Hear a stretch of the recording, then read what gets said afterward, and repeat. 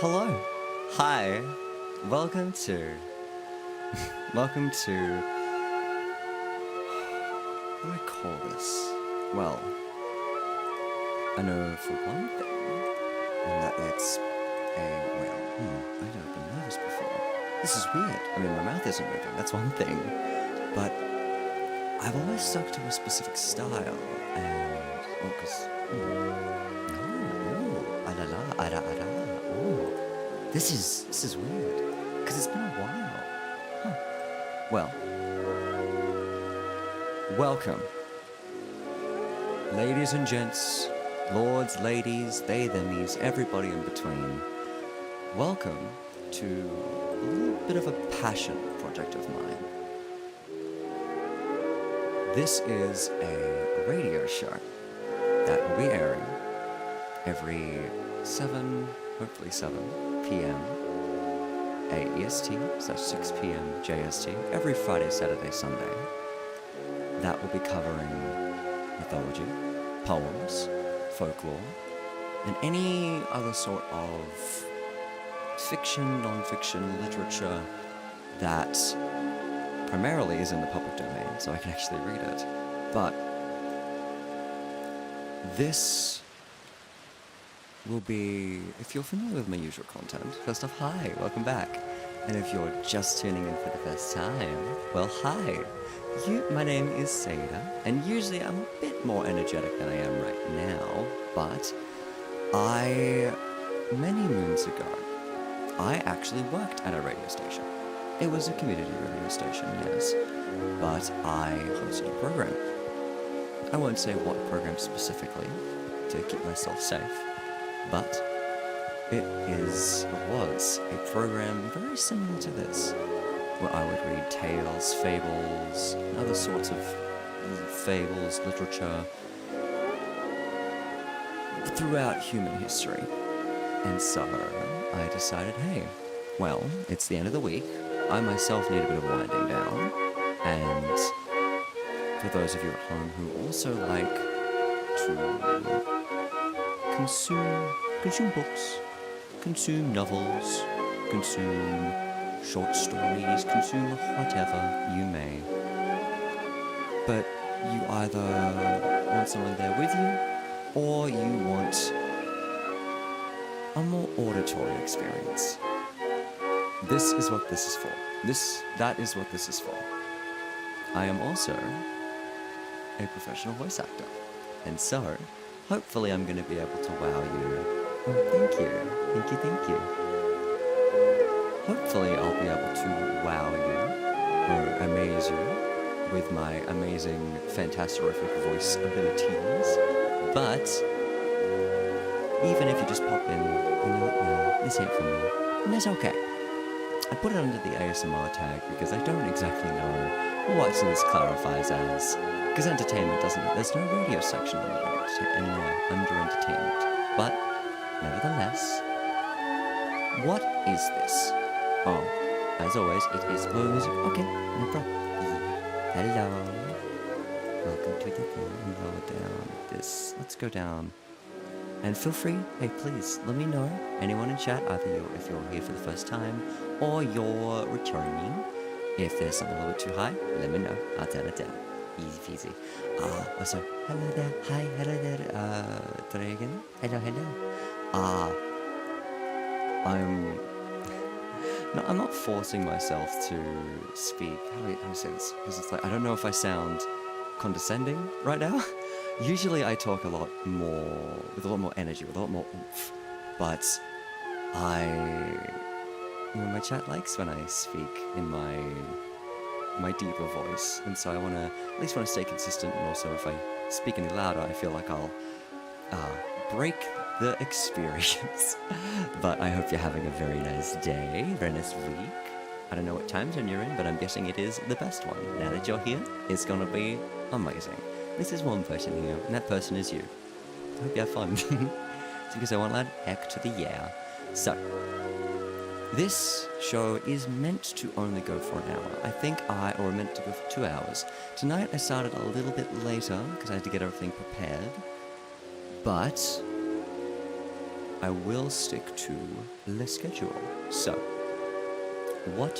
because this is the pilot, I don't have everything figured out right now at least, but expect 3 things. Uno is a nice welcome and nice start, chill, nice.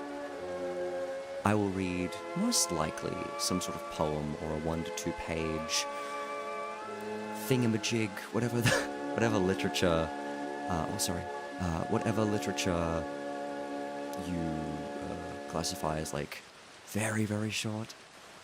The second thing I'll read will be either some sort of creepypasta, some sort of like folklore. I really like yokai, and I actually bought a book recently on it. I'd have to see if I can reach out to the author of it, and if I get permission, then I can read it out loud for you. But the third thing, and this is probably the big thing, this is the big thing that is all revolving around. Yeah, I actually don't know much about creepypastas. I've known about creators, about tales like Jeff the Killer, Slenderman, I think, all that sort of stuff. I've known about at least that, but I'm not as cultured. And someone in my chat recommended it, and I took a bit of a deep dive, and this is cool. This is really nice. And if it's not folklore, if it's not a creepypasta, then depending on what it is, I might end up reading out some SCPs as well. I do also really like SCPs.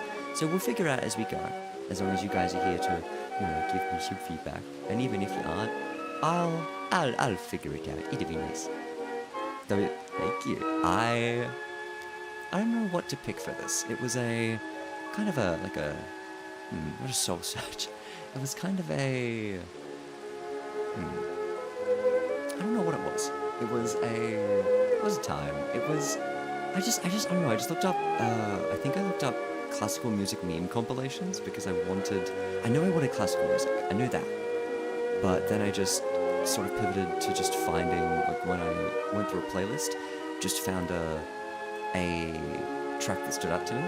And because, partially because I want to be a little bit safer, but also because I personally really like a bit of an old-timey aesthetic when it comes to my horror or my darker toned things, I actually went with I don't remember the specific orchestral rendition, but I went to Project Gutenberg and I found the orchestral recording of this track. You can find it in the description below. And I really I also found a second rendition that is usable, but I don't know. I like this. This is nice, and I'm really glad you enjoyed it as well. It means that the choice was effective. Yeah. Now, the last thing, the big thing, is I am a very big fan of cosmic horror. I like my fairy tales, but I love cosmic horror. And so, at least to start, this third item that I read out will be a lot of Lovecraft, or Lovecraft-adjacent cosmic horror stories. These stories are long. They are very, very long. Give or take. If it's longer than, let's say longer than 100 pages, it'll be here.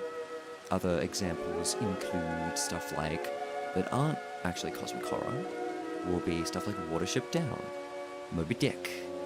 I don't know about Beowulf because that's 3,000 pages. That's a bit too long.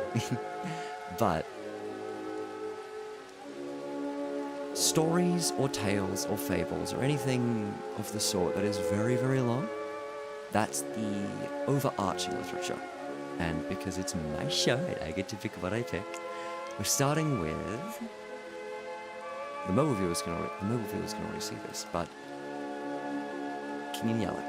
Now, I didn't have exactly enough time to put the QR code on the screen, but if you head to the description below, or actually it might not be in the description, let me quickly grab up the link. I'll put this in the chat.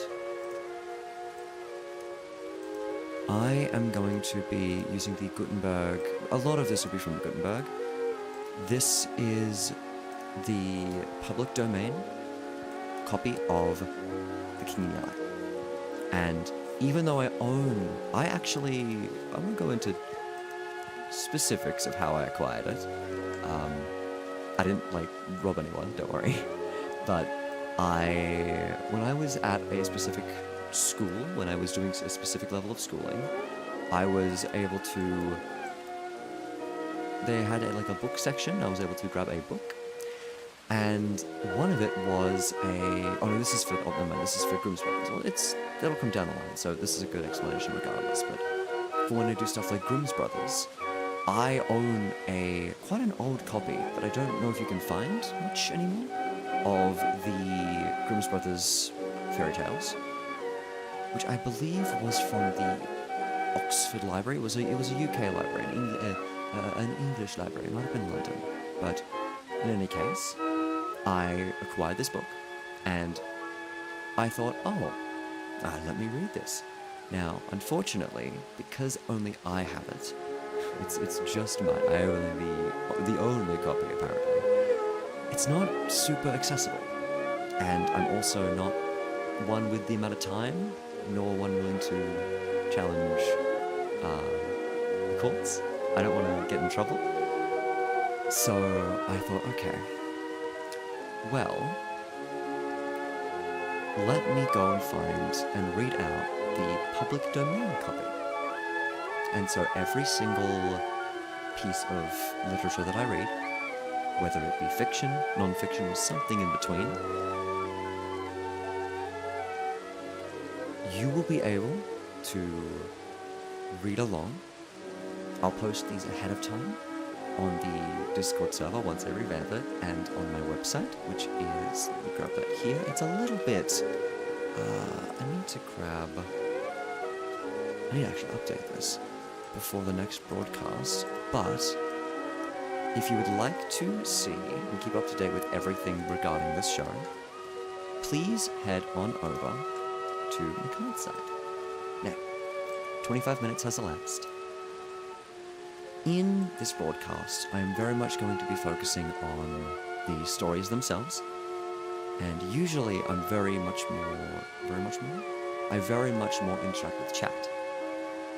However, because of the specific story that the specific experience that I want to provide, these streams will not really have that much interaction, unfortunately. However, for the first 15, maybe 25 minutes of every show, every episode, dedicate a little bit of time just to welcome you guys in, say hi, hear about your day, because this is all for you guys. I actually wasn't intending to do this originally.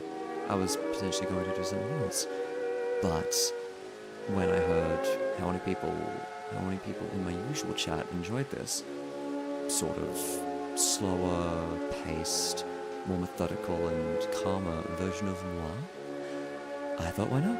So even though this is something I want to do, I really hope you guys enjoy this. I really do. Rose, thank you so much, and I really hope you enjoy this. So, instead, because I realized something, I'm like, I'm just diving immediately into, diving into the King in Yellow. Actually, what we'll do, because look at me go.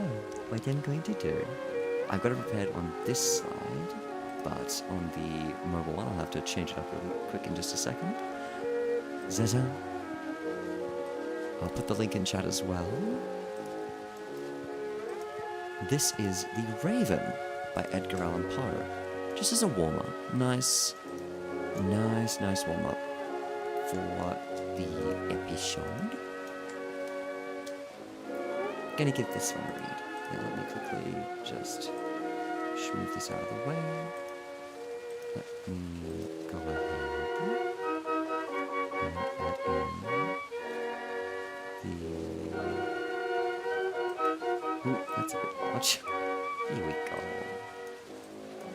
There we go. Make this here, and then crop it like so. There we go. That's nice. Oh, no problem.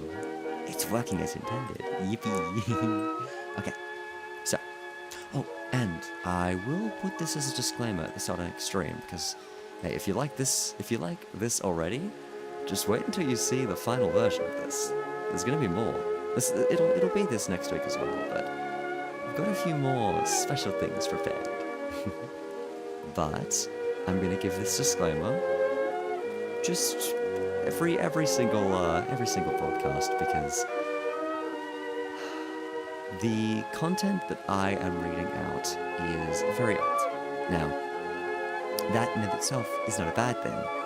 However, while I have got a list prepared just to make sure I don't trip up too harshly, some of the wording used in some of the vocabulary that the authors of the time used is not aged very well. Some terms have changed to become more derogatory or more outright just it will get me banned if I say it. And so also don't say it usually.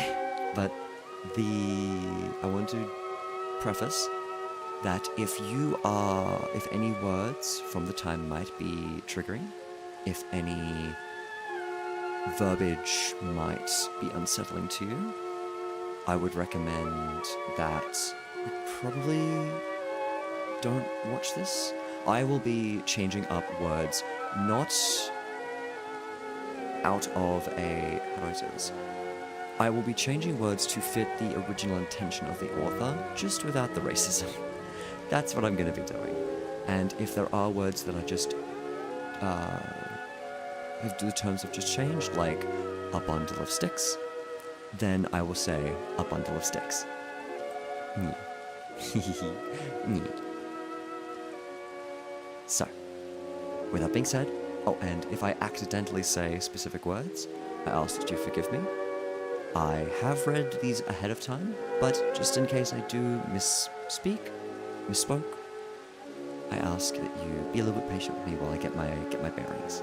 Now, without further ado, let us get into The Raven by Edgar Allan Poe.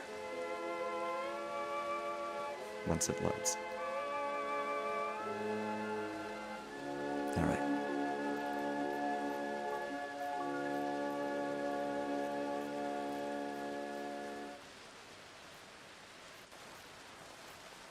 Oh, this is much longer than... oh, okay. Oh, here we go. Here's the poem. Alright. I gotta say, this is significantly longer than I remember. Alright. The Raven. Once upon a midnight dreary, while I pondered, weak and weary, over many a quaint and curious volume of forgotten lore, while I nodded, nearly napping, suddenly became a tapping, as of someone gently rapping at my chamber door. "'Tis some visitor," I muttered, tapping at my chamber door. Only this, and nothing more. Ah, distinctly I remember, it was in the bleak December, and each separate, dying ember wrought its ghost upon the floor. Eagerly I wished the morrow, vainly I had sought to borrow from my book's surcease of sorrow for the lost Lenore, for the rare and radiant maiden, whom the angel's name, Lenore, nameless here, forevermore. And the silken, sad, uncertain rustling of each purple curtain thrilled me, filled me with fantastic terrors never felt before, so that now, to still the beating of my heart, I stood repeating, 'Tis some visitor entreating entrance at my chamber door. Some late visitor entreating entrance at my chamber door.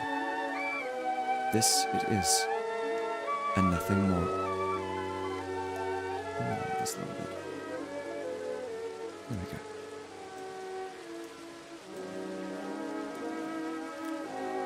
Presently, my soul grew stronger, hesitating then no longer. Sir, said I, or madam, truly your forgiveness I implore.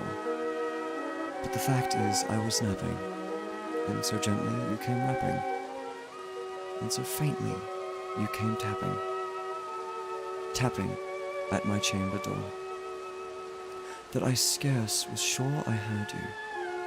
Here I opened wide the door. Darkness there, and nothing more. Deep into the darkness, peering. Long I stood there wondering, fearing, doubting, dreaming dreams no mortal ever dared to dream before. But the silence was unbroken, and the darkness gave no token, and the only word there spoken was the whispered Lenore.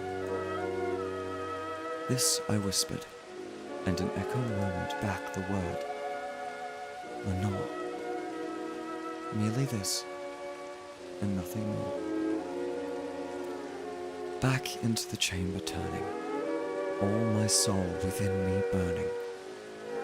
Soon again I heard a tapping, somewhat louder than before.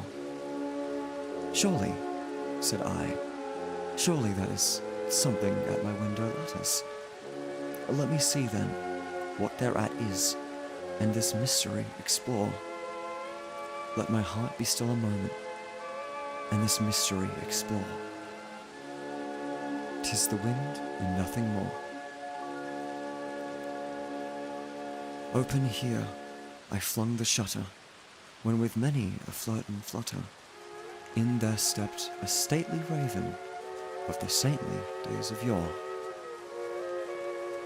Not the least obeisance made he, not a minute stopped or stayed he, but with mien of lord or lady, perched above my chamber door,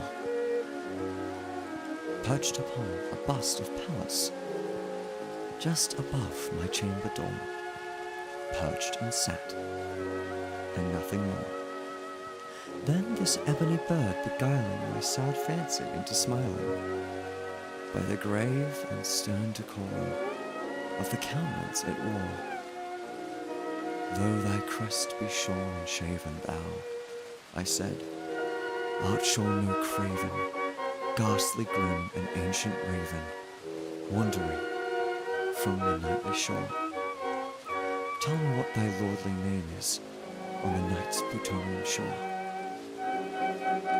Quoth the raven, nevermore. Much I marvelled, this ungainly fowl, to hear discourse so plainly, though its answer little meaning, little relevancy bore. For we cannot help agreeing that no living human being ever yet was blessed with seeing bird above his chamber door, bird or beast upon the sculptured bust above his chamber door, with such name as nevermore. But the raven, sitting lonely on the placid bust, spoke only that one word, as if his soul, in that one word, he did outpour. Nothing further then he uttered, not a feather then he fluttered, till I scarcely more than muttered, other friends have flown before, on the morrow he will leave me, as my hopes have flown before. Then the bird said, nevermore, startled at the stillness broken by replies so aptly spoken. Doubtless, said I, What it utters is its only stock and store, caught from some unhappy master, whom unmerciful disaster followed fast and followed faster till his song's one burden bore to the dirges of his hope that melancholy burden bore of never, nevermore. But the raven still beguiling all my sad soul into smiling, straight I wheel the cushioned seat in front of bird and bust and door. Then, upon the velvet sinking, I betook myself to linking fancy unto fancy, thinking what this ominous bird of yore, what this grim, ungainly, ghastly, gaunt, and ominous bird of yore meant in croaking nevermore. This I sat engaged in guessing, but no syllable expressing to the fowl whose fiery eyes now burned into my bosom's core. This and more I sat divining, with my head at ease reclining on the cushion's velvet lining, that the lamplight gloated o'er, but whose velvet violet lining, with the lamplight gloating o'er, she shall press nevermore. Then methought the air grew denser, perfumed from an unseen censer, swung by seraphim, whose footfalls tinkled on the tufted floor. Wretch, I cried, thy God hath lent thee, by these angels he hath sent thee respite, respite, and nepenthe from thy memories of Lenore. Quaff, oh quaff this kind nepenthe, and forget this lost Lenore. Quoth the raven, nevermore. Prophet, said I, thing of evil, prophet still, if bird or devil, whether tempter sent or whether tempest tossed thee here ashore, desolate, yet all undaunted, on this desolate land enchanted, on this home by horror haunted. Tell me truly, I implore, is there balm in Gilead? Tell me, I implore. Quoth the raven, nevermore. Prophet, said I, thing of evil, prophet still, if bird or devil, by that heaven that bends above us, by that God we both adore. Tell this soul with sorrow laden if, within the distant Aiden, it shall clasp a sainted maiden, in the angel's name Lenore, clasp a rare and radiant maiden, in the angel's name Lenore. Quoth the raven, nevermore. Be that word our sign of parting, bird or fiend, I shrieked, upstarting. Get thee back into the tempest and the night's Plutonian shore. Leave no black plume as a token of that lie thy soul hath spoken. Leave my loneliness unbroken. Quit the bust above my door. Take thy beak from out my heart, and take thy form from off my door. Quoth the raven, nevermore. And the raven, never flitting, still is sitting on the pallid bust of Pallas just above my chamber door. And his eyes have all the seeming of a demon's that is dreaming, and the lamplight o'er him streaming throws a shadow on the floor.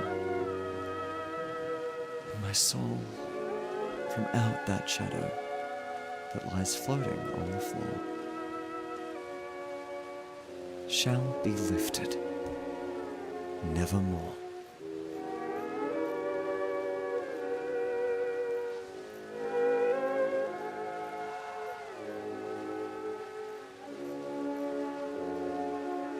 and that is The Raven by Edgar Allan Poe.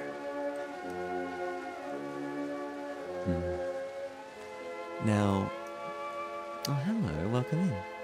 Now, part of me would like to say, oh, I know all these texts, the meaning behind them. I know all of the meaning of what I'm saying. But I'm also kind of figuring it out as I'm going along. My acting training is definitely helping me understand the lines at a moment's notice. But I'm gonna be honest, I understood enough, and I think this was about a man's grasp on reality, taking in the form of a raven, or the raven driving him slowly around. I think I might not have understood the entire thing, so feel free to let me know what it means. But I think the reason why, aside from teachers and professors almost shoving this poem down our throat in early schooling so we know what it is, it's also, even if you don't know what it is, it's so well written that you can understand it even without full context or knowledge. I think that a good poem it doesn't have to be philosophical. It can be funny, it can be a bit goofy. But I think that if you want to put a lot of meaning into something, a poem is a very good way to do that. I know.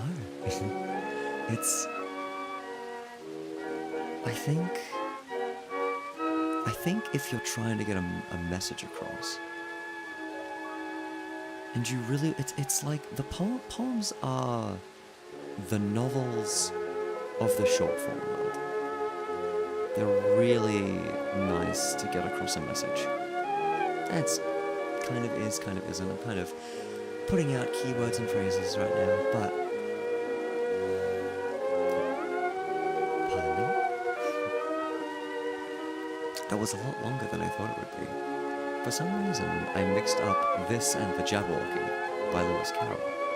So I was like, oh, it's very long. But while we only have 15 minutes left, unfortunately, what I'll do, I think, to make up for being a little bit late, I'll look at it right now, just to check how long it is. Let's see. Alright. This is a long boy. But I think I'd be okay to read this. Now, this is probably one page, not a chapter. But I think that it's enough to fill out the rest of the time. And we can immediately go off of it next week. We are now going to read this segment, I guess this arc's main literature, because once I have finished this, I'll be uploading this to a separate YouTube channel in segments, so that if you just want to listen to one specific story from a 2-hour period, then you can. But because there's different main literature, oh, this is a good idea that I just thought of on the spot.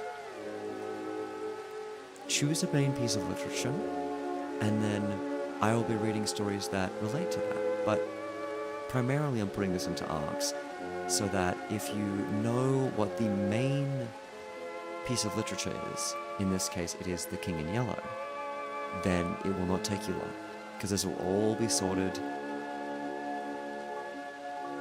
honestly, more thoroughly than most of my things. I want to make this as convenient for you guys as possible, and I want you guys to enjoy yourselves, especially after such a hard week. You guys deserve it. You guys deserve to relax a bit. Round 2? Yeah. Alright. So. Now. If you... Thank you. Thank you very much. Now, The link to this piece of literature, The King in Yellow, by Robert W. Jones? Yes. I have put the link to this in the chat. Once again, this is the Project Gutenberg version of The King in Yellow. It is the original story, simply translated into text, or simply into an online webpage. Also, I should have mentioned this at the beginning, but just in case, and I'll mention this again at the beginning of the next stream, but if you'd like to access this, because the link is to just the page, what you need to do, it's okay, you're getting through this, you're doing great. What you need to do is head to the Project Gutenberg link that I sent, and then click the Read Now option. I do not have a Kindle. I believe all of these are the same version, but to access this, all you need is the Read Now button. And next stream, there is a QR code to immediately get to this page. So at the start of the next stream, you will see at the bottom left the QR code to and you will just be able to scan that and immediately get to reading along with me. So, with that being said, let's get right into it. Thank you so much. Let's go. Alright. I'm having a lot of fun. This is really nice. Alright. So, with that being said, here is the start of The King in Yellow. The King in Yellow is a series of short stories by Robert W. Chambers, originally published in 1895. It is made up, it consists of 1, 2, 3, 4, 5, 6, 7, 8, 9, 10 separate stories within. In order, they are The Repairer of Reputations, The Mask, In the Court of the Dragon, The Yellow Sign, The Demoiselle Days, The Prophet's Paradise, The Street of the Four Winds, The Street of the First Shell, The Street of Our Lady of the Fields, and Le Barret. I have probably butchered that last word. I am super sorry. But today, I will be starting The Repairer of Reputations. Read along, get a drink, get some food, relax, and let's get into page 1. The Repairer of Reputations. This is where I butcher the French. Mes raisons passent les feux, leur foyer dure plus longtemps que la nôtre. Voilà toute la différence. Différence.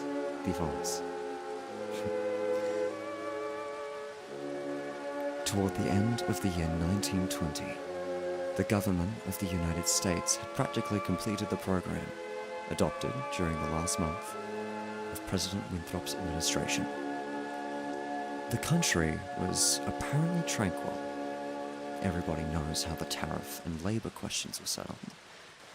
The war with Germany, incident on that country's seizure of the Samoan Islands, had left no visible scars upon the Republic, and the temporary occupation of Norfolk by the invading army had been forgotten in the joy over repeated naval victories and the subsequent ridiculous plight of General von Gartenlaub's forces in the state of New Jersey.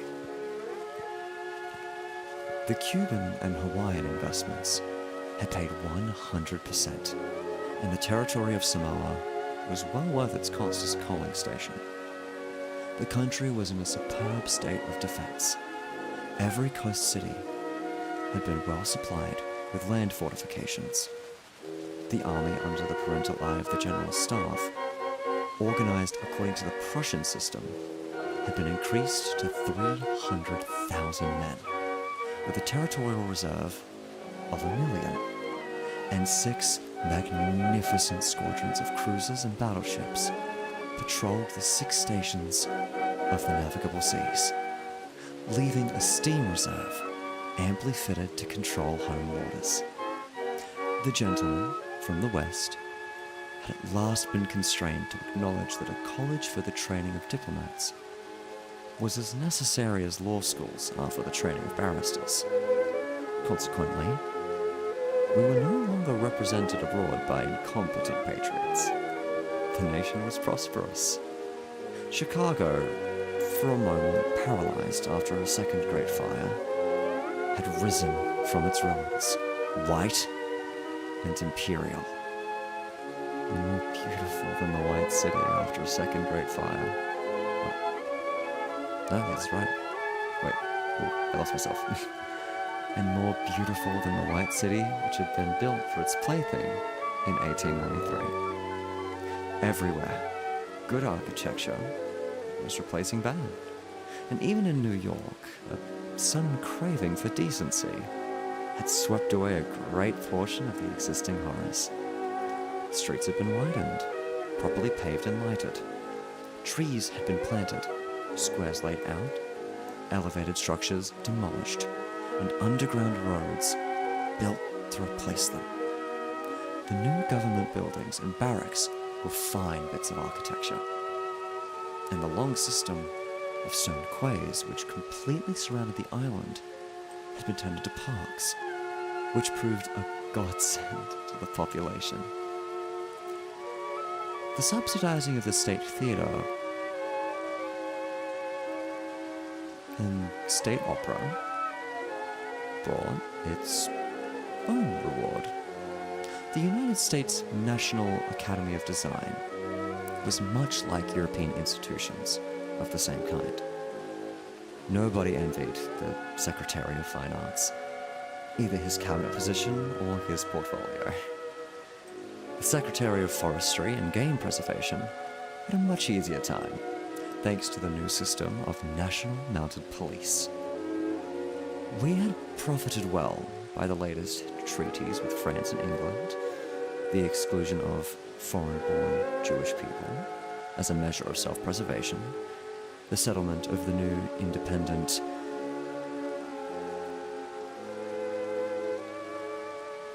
indigenous state of Swanee, the checking of immigration, the new laws concerning naturalization, and the gradual centralization of power in the executive all contributed to national calm and prosperity.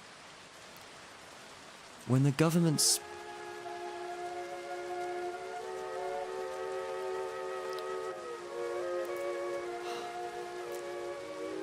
I don't know off the top of my head the right word for this, so this is just territory I'll have to enter into. Let me quickly look it up just to check. Well, you know what? No, this is just how it is. Okay.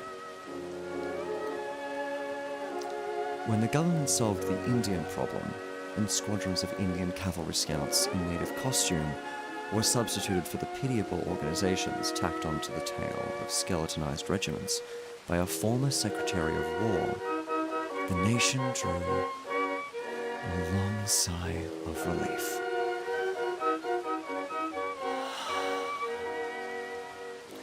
When, after the colossal Congress of Religions, bigotry and intolerance were laid in their graves, and kindness and charity began to draw warring sects together, many thought the millennium had arrived. At least, in the New World, which, after all, is a world by itself. Hello. Hi. Also, I realized as well. I'll put this in chat for now. Oh, hi. Bye. Thank you. What I'll do.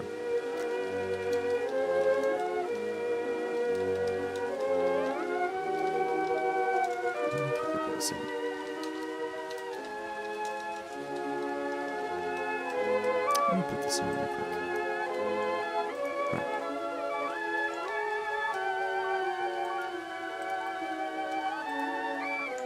Thank you, Medic. Hi. Frescatelo.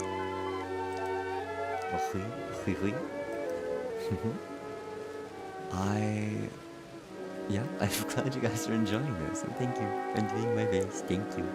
This is, again, page 1 of The Repairer of Reputations, the first story in The King in Yellow by Robert W. Chambers. Starting again from But Self-Preservation, we're roughly about a third of the way through the first page.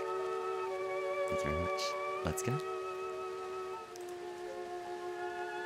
But self-preservation is the first law, and the United States had to look on in helpless sorrow as Germany, Italy, Spain, and Belgium writhed in the throes of anarchy, while Russia, watching from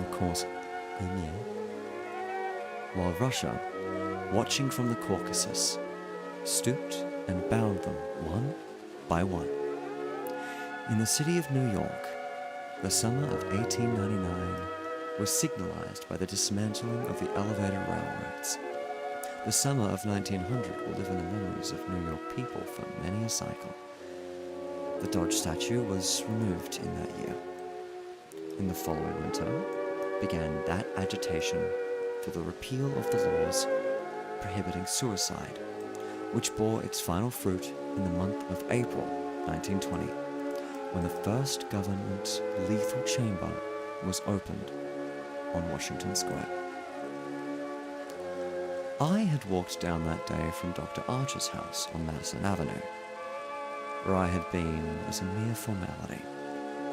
Ever since that fall from my horse 4 years before, I had been troubled at times with pains in the back of my head and neck, but now for months they had been absent, and the doctor sent me away that day saying there was nothing more to be cured in me. It was hardly worth his fee to be told that. I know it myself. Still, I did not grudge him the money. What I minded was the mistake which he made at first. When they picked me up from the pavement where I lay unconscious, and somebody had mercifully sent a bullet through my horse's head, I was carried to Dr. Archer, and he, pronouncing my brain unaffected, placed me in his private asylum, where I was obliged to endure treatment for insanity. At last he decided that I was well, and I, knowing that my mind had always been as sound as his, if not sounder, paid my tuition, as he jokingly called it, and left. I told him, smiling, that I would get even with him for his mistake, and he laughed heartily and asked me to call once in a while. I did so, hoping for a chance to even up accounts. But he gave me none, and I told him I would wait. The fall from my horse had fortunately left no evil results. On the contrary, it had changed my whole character for the better. From a lazy young man about town, I had become active, energetic, temperate, and above all else, ambitious. There was only one thing which troubled me. I laughed at my own uneasiness, and yet it troubled me. During my convalescence,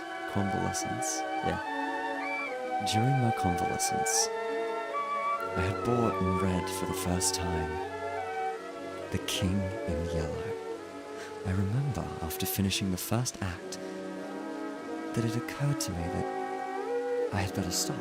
I started up and flung the book into the fireplace.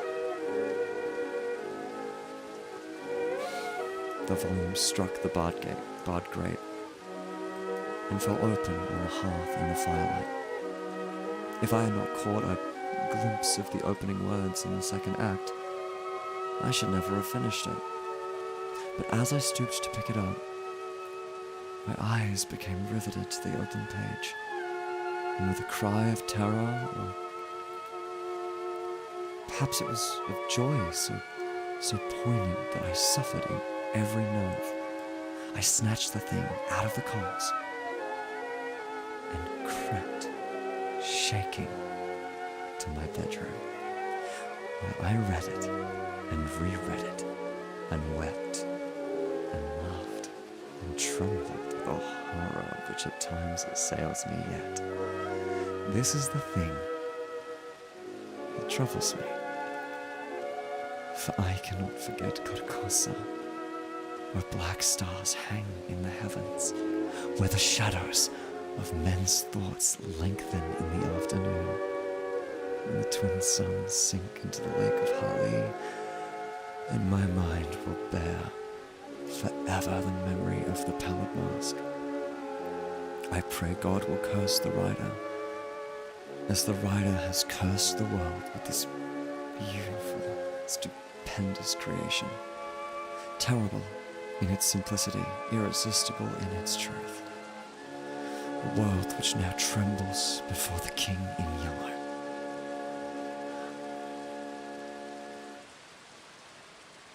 Now, when the French government seized the translated copies which had just arrived in Paris, London, of course became eager to read it. It is well known how the book spread like an infectious disease from city to city, from continent to continent. Barred out here, confiscated there, denounced by press and pulpit, censored even by the most advanced of literary anarchists. No definite principles had been violated in those wicked pages, no doctrine promulgated, no convictions outraged. It could not be judged by any known standard. Yet, although it was acknowledged that the supreme note of art had been struck in the King in Yellow, all felt that human nature could not bear the strain, nor thrive on words in which the essence of purest poison lurked. The very banality and innocence of the first act only allowed the blow to fall afterwards with more awful effect. It was, I remember, the 13th day of April, 1920, that the first government lethal chamber was established on the south side of Washington Square, between Wooster Street and South Fifth Avenue. The block, which had formerly consisted of a lot of shabby old buildings used as cafes and restaurants for foreigners, had been acquired by the government in the winter of 1898. The French and Italian cafes and restaurants were torn down. The whole block was enclosed by a gilded iron railing and covered,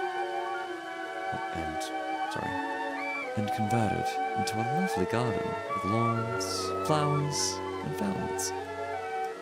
In the center of the garden stood a small white building, severely classical in architecture, and surrounded by thickets of flowers.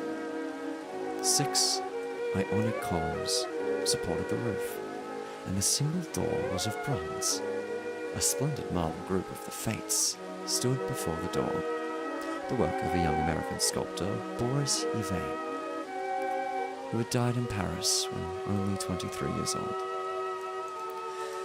The inauguration ceremonies were in progress as I crossed the University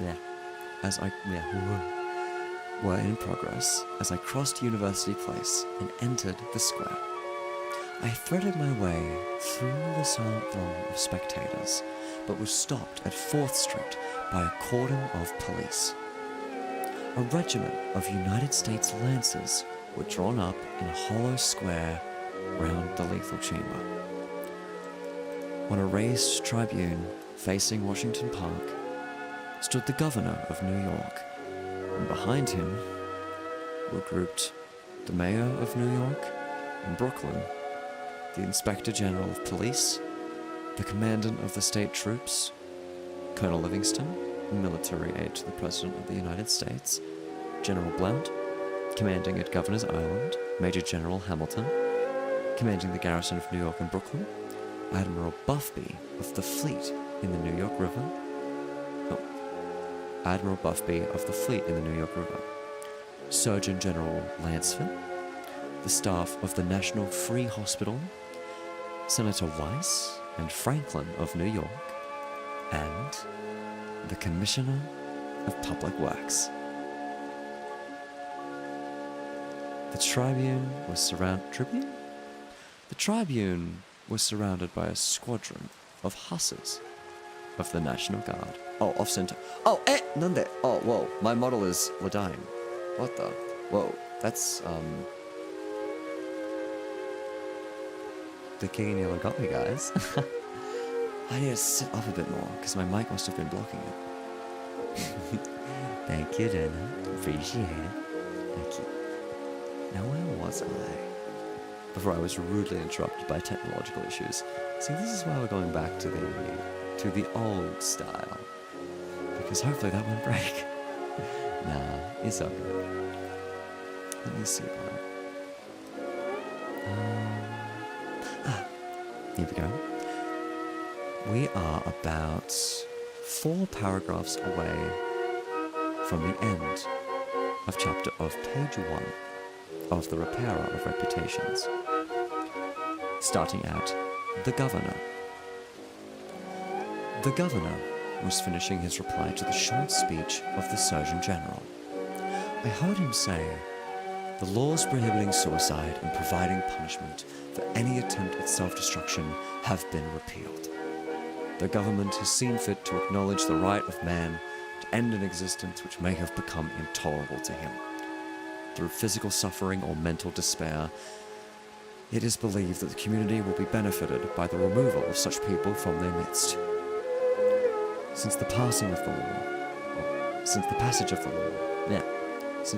of this law, the number of suicides in the United States has not increased.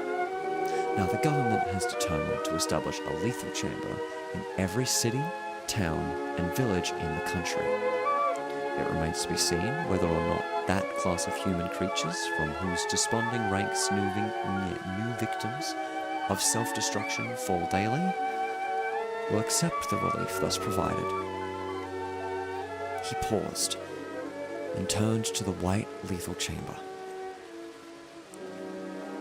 The silence in the street was absolute. There, a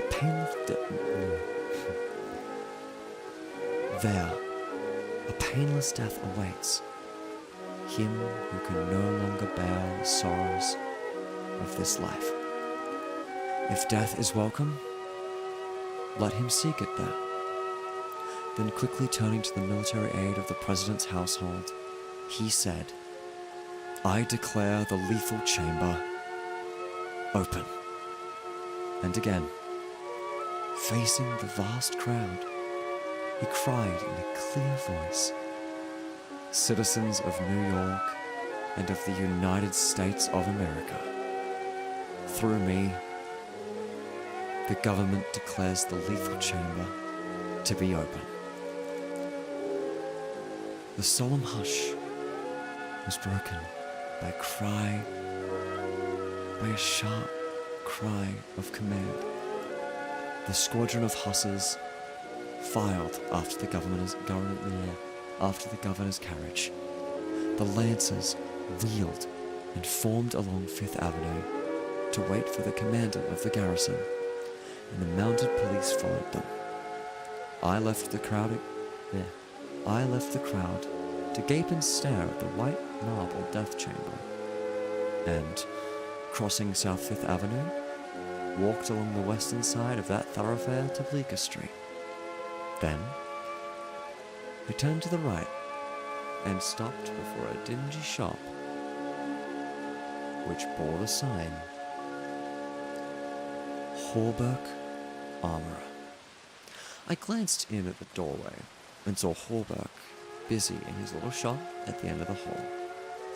He looked up and, catching sight of me, cried in his deep, hearty voice, "Come in, Mr. Castaigne."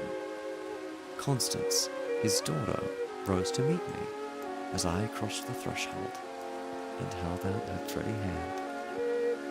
But I saw the blush of disappointment on her cheeks, and knew that it was another Castaigne that she had expected. My cousin Lewis. I smiled at her confusion and complimented her on the banner she was embroidering from a coloured plate. Old Hallberg sat riveting the worn greaves of some ancient suit of armour, and the ting, ting, ting of his little hammer sounded pleasantly in the quaint shop. Presently, he dropped his hammer and fussed about for a moment with a tiny wrench. The soft clash of the mail sent a thrill of pleasure through me. I love to hear the music of steel brushing against steel, the mellow shock of the mallet on thigh pieces, and the jingle of chain armor. That was the only reason I went to see Hallberg. He had never interested me personally, not in Constance, except for the fact of her being in love with Louis. This did occupy my attention, and sometimes even kept me awake at night.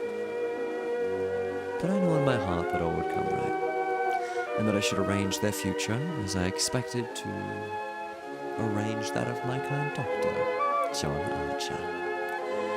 However, I should never have troubled myself about visiting them. Just then, had it not been, as I say, the music of the tinkling hammer had for me this strong fascination. I would sit for hours, listening, and when a stray sunbeam struck the inlaid steel, the sensation it gave me was almost too keen to endure. My eyes would become fixed, dilating with a pleasure that stretched every nerve almost to breaking, until some movement of the old armourer cut off the ray of sunshine. Then, still thrilling secretly, I leaned back and listened again to the sound of the polished rag. Swish, swish, swish, rubbing rust from the rivets. Constance worked with the embroidery over her knees, now and then pausing to examine more closely the pattern in the coloured plate from the Metropolitan Museum. Who is this for? I asked. Hallberg explained that in addition to the treasures of armour in the Metropolitan Museum, of which he had been appointed armourer, he also had charge of several collections belonging to rich amateurs. This was the missing greave of a famous suit that a client of his had traced to a little shop in Paris on the Quai d'Orsay. He, Hallberg, had negotiated for and secured the greave, and now the suit was complete. He laid down his hammer and read me the history of the suit, traced since 1450 from owner to owner, until it was acquired by Thomas Stainbridge. When his superb collection was sold, this client of Hallberg's bought the suit, and since then, the search for the missing greave had been pushed until it was, almost by accident, located in Paris. Did you continue the search so persistently without any certainty of the greave being still in existence? I demanded. Of course. Of course. He replied coolly. Gotta give him a deep voice. Then for the first time, I took a personal interest in Hallberg. It was worth something to you, I ventured. No. He replied, laughing. My pleasure in finding it was my reward. Have you no ambition to be rich? I asked, smiling. My one ambition is to be the best armourer in the world, he answered gravely. Constance asked me if I had seen the ceremonies at the Luther Chamber. I'm getting your accents mixed up. She herself had noticed cavalry passing up Broadway that morning and had wished to see the inauguration, but her father wanted the banner finished and she had stayed at his request. Did you see your cousin, Mr. Castaigne, there? she asked. She cannot do her femme voice. Did you see your cousin, Mr. Castaigne, there? She asked, with the slightest tremor of her soft eyelashes. Blink, blink, blink. No, I replied carelessly. Louis's regiment is maneuvering out in Westchester County. I rose and picked up my hat and came. Are you going upstairs to see the lunatic again? Laughed old Hawberk. If Hawberk knew how I loathe that word. Lunatic. He would never use it in my presence. It rouses certain feelings within me which I do not care to explain. However, I answered him quietly. I think I shall drop in and see Mr. Wilde for a moment or two. Poor fellow, said Constance with a shake of the head. Must be hard to live alone, year after year, poor, crippled, and almost demented. It is very good of you, Mr. Castaigne, to visit him as often as you do. I think he is vicious, observed Hawberk, beginning again with his hammer. I listened to the golden tinkle on the grave plates. When he had finished, I replied, No, he is not vicious, nor is he in the least demented. His mind is a wonder chamber from which he can extract treasures that you and I would give years of our lives to acquire. Hawberk laughed. I continued a little impatiently. He knows history as no one else could know it. Nothing, however trivial, escapes his search, and his memory is so absolute, so precise in detail, that were it known in New York that such a man existed, the people could not honor him enough. Nonsense, muttered Hawberk, searching on the floor for a fallen rivet. Is it nonsense? I asked, managing to suppress what I felt. Is it nonsense when he says that the tassets and cuissons of the enamelled suit of armour, commonly known as the Prince's Emblazoned, can be found among a mass of rusty theatrical properties, broken stoves, and rag pickers' refuse in a garret in Pell Street? Hawberk's hammer fell to the ground, but he picked it up and asked with a great deal of calm how I knew that the tassets and left cuissard were missing from the Prince's Emblazoned. I did not know until Mr. Wilde mentioned it to me the other day. He said they were in the garret of 998 Pell Street. Nonsense, he cried. But I noticed his hand trembling under his leather apron. But I noticed his hand trembling under his leathern apron. Is this nonsense too? I asked pleasantly. Is it nonsense when Mr. Wilde continually speaks of you as the Marquis of Avonshire, and of Miss Constance?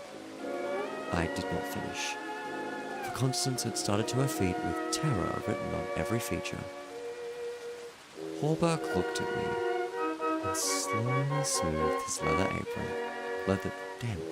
And slowly smoothed his leathern apron. That's a word I've not heard leathern nearly ever in my life. This is crazy.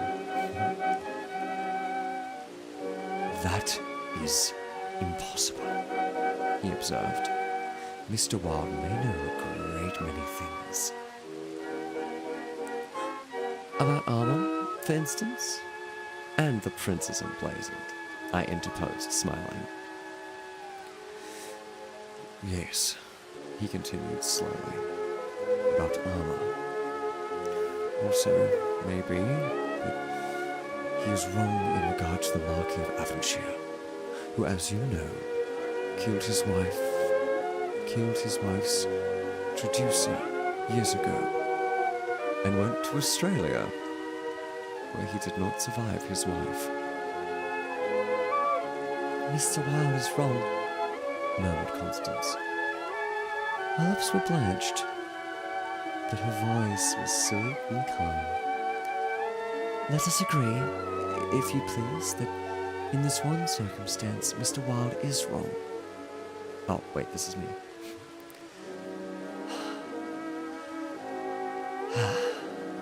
Let us agree, if you please, that in this one circumstance, Mr. Wilde is wrong, I said.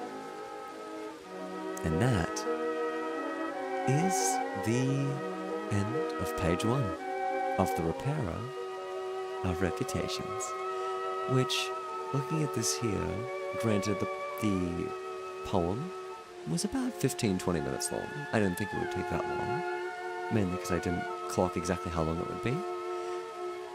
But that is a pretty solid amount of time for the main story, I think.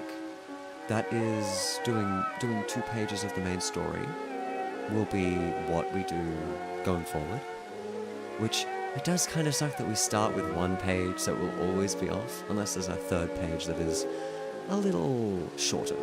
But the length of that poem of The King in Yellow, that will be roughly, the poem of The Raven by Edgar Allan Poe, that will be roughly as long as the short story is going to be. And I also realize what I can do, because I've been struggling to decide on what poem would I pick. But if I pick a poem related to the theme of the short story / piece of folklore, which is then related to the main story, that could be nice. If I can tie a poem which is related to the main theme of the main piece of literature for these, for that respective arc. Alright.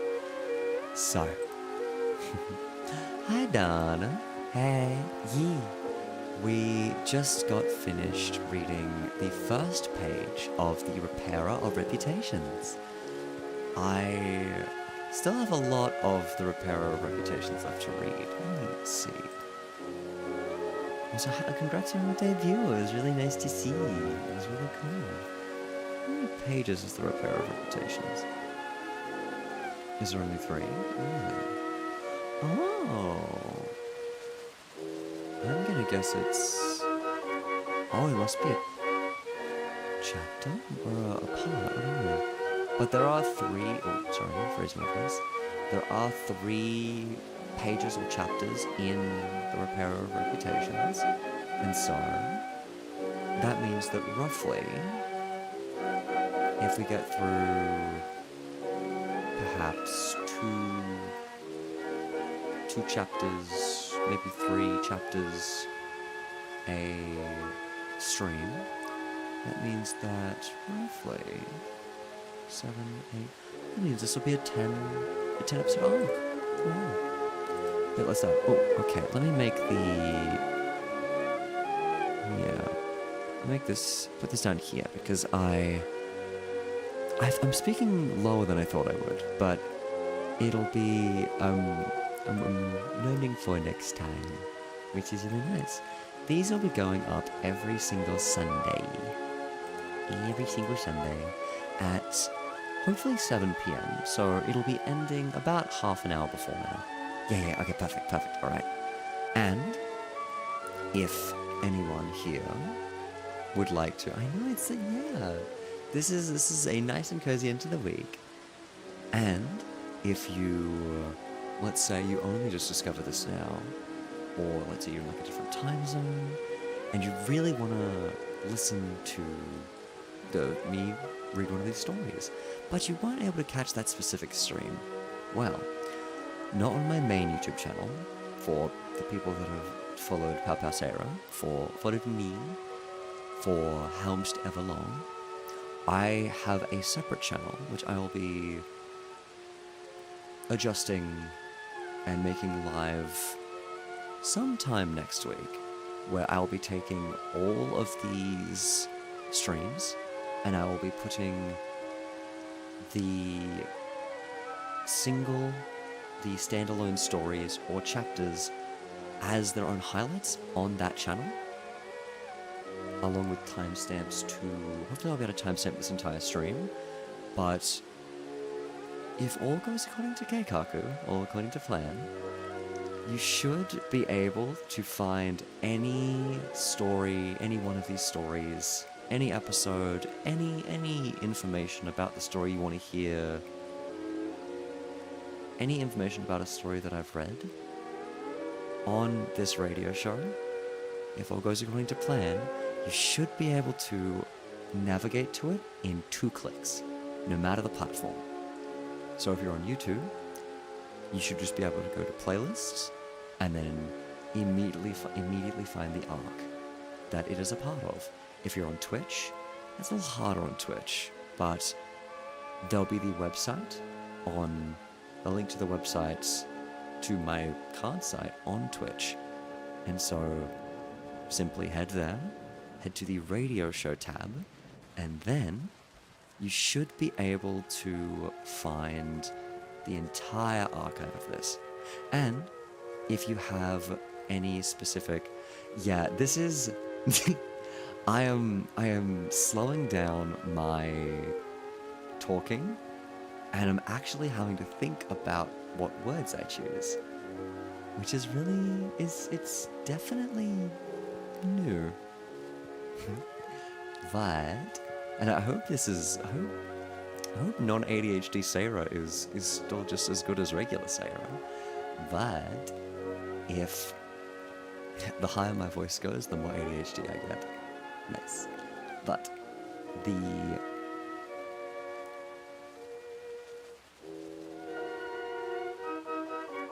way to access all of this information is available on, yes, the website, on my YouTube and my Twitch, all my usual socials, yes. But if you want to recommend me read anything, if you've got a burning story in your brain that you really want me to read, that is public domain, that would fit the theme, and that you think I would also enjoy, then simply head to the Discord server link in the description, and you should be able to find a text channel for it. I'll be doing a massive overhaul starting next week, so that, again, you'll be able to find everything within 2 clicks, and this almost functions kind of like a book club. Obviously no spoilers, of course. We might do an extra stream after a main piece of literature is done, as almost like a book club review of sorts. But if you really like literature, then again, the Discord server will be your best friend. Yeah, I will also, because I'm doing my taxes, hopefully next week, redeems, I will be doing, I'll be doing them off. Thank you, Dad. I'll be doing up my affiliates, so if you want to throw money at my face, or I guess at my voice, then you can. You'll be able to. Because apparently they're rolling out pre-roll ads. Oh wait, your emoji's really cute. Oh nice. I didn't realize that the Bikudana emoji is also in the chat. I should forget. Woo, yee. I would make really big loud woo sounds right now, but I've got a vibe, I've got to stick to it. But yes, I will set that up next week. I will. It'll happen. I know I keep putting it off. But leading into the last point, this is the pilot episode. This isn't even all I've got to show. I'm not going to move it because I don't want to risk breaking OBS, because I've got a lot of plugins running, and if I move one thing, then it breaks everything. It has the potential to break everything else. Yeah. I hope you do.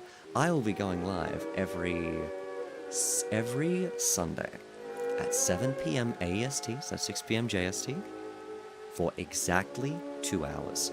Again, this is the pilot episode, so everything's kind of a bit experimental, and it will be like that for a while. But I have some more stuff planned. There are some other slides I've got on here. This stream will be very much about being a bit more cozy compared to my usual stuffs, but also I want to really lean in. I want to give you guys, I want to lean into the immersion. This will be a very immersive experience. There should be, I guess to give a little tease, next week, there should be a little bit of an intro cutscene that will persist throughout this arc. They might change depending on the arc. They might stay the same. Who knows? You'll have to tune in to find out. Yeah, you'll have to tune in to find out. On either Twitch, YouTube, horizontal, or YouTube, vertical. If you're short to your main deal, I stream vertically. If your main jam is just watching me on the second monitor, then the horizontal is your best bet. That's on YouTube, on Twitch, and again on YouTube, Shorts. youtube.com/@PowPowSeira and twitch.tv/PowPowSeira. Find me on Twitter @PowPowSeira or join the Discord server. Thank you so much for watching. I'm very much looking forward to next week. Stay safe, because I gotta see you here next week. I want you to be safe, okay? So hydrate, stay safe, stay awesome, and I will see you guys next week at the very same time for another episode of this radio show. And don't get fooled by any spirits now you're here. I have no idea why you would, but some part of me has a feeling that something, I'm not saying what, but something might be around the corner very soon. Take care, everyone. Bye-bye. I'll see you next week. Ciao.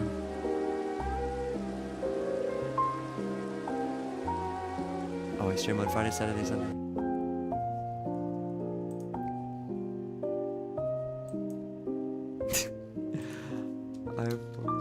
Oh wait, yes, you can. Oh, sorry. I forgot to mention. Almost. I stream every Friday, Saturday, Sunday. I said the times, but not the days. Yeah, Friday, Saturday, Sunday. Here, Twitch, both YouTube, horizontal and vertical. Thank you so much. Bye, guys. Ciao.